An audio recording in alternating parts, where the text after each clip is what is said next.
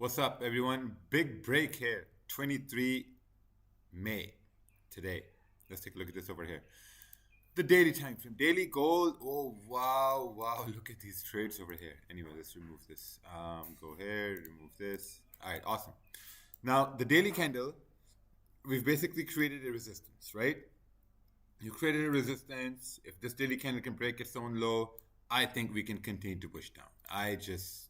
Let's just imagine that will be a reality today. Anyway, let's take a look on the 4 hour. Now, if on the daily we think we can move down if we break below over here or over here, then we need to look for confirmations on the smaller time frame. So currently on the 4 hour time frame, we don't see any confirmation.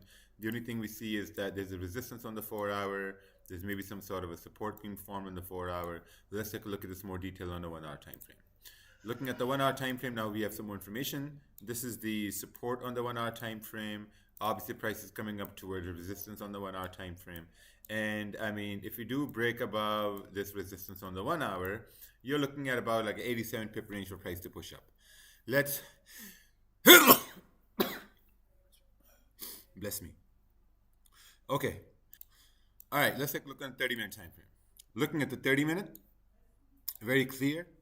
Resistance, above this resistance, another resistance, 33.11, right here. 30-minute candle is coming up right now.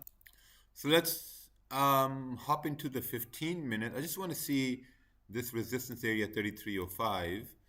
And okay, so that is sort of like a resistance area on the 15-minute time frame as well. So okay, and above this area, 33.05, what we see is we see clean range to the left-hand side all the way up to 33.15. So if we do break and close above 33.05, you have like, first the wick fill, 32 pips, and with volume, hopefully 94 pip range for price to push up. Now, if we do break above 33.05, then I don't think the daily candle should continue to push down, because that's going to be, break above this area. Once it breaks above its own high, then we'll continue to push up. So let's take a look on the 15-minute here again. Now, in this scenario, I would want to see price create some resistance or even sort of break below 32.98 so we can continue to push down right over here. So that's something I'm going to be waiting to see if that forms for gold or not, because right now we're like in the middle of a range here. You got like a 26 pip range for price to push up. So the best thing to do is to wait to see how price will react once it continues up towards 33.05. If you create some sort of market structure over here, maybe right over here, market structure meaning if you create some sort of a resistance, you got like a 56, 57 pip range for price to push down. And then below 32.98, you got like a bigger range for price to push down. So let's see. Looking at pound yen, starting from the daily. Daily is, I don't like the daily at all over here on the pound yen. Let's remove all these analyses here first.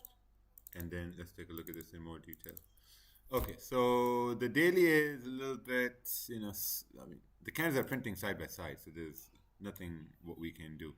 Looking at the 4 hour, you have a support area formed in the 4 hour. Looking at the 1 hour time frame, obviously you've got the support now. And now looking at this 1 hour, looks like we're breaking below this support on the 1 hour as well, right? And this is 192.960, and we got the support here as well, 192.360. So if we measure this range, this is like actually a pretty good range, 58 pip range on pound yen, right? 58 pip range on pound yen.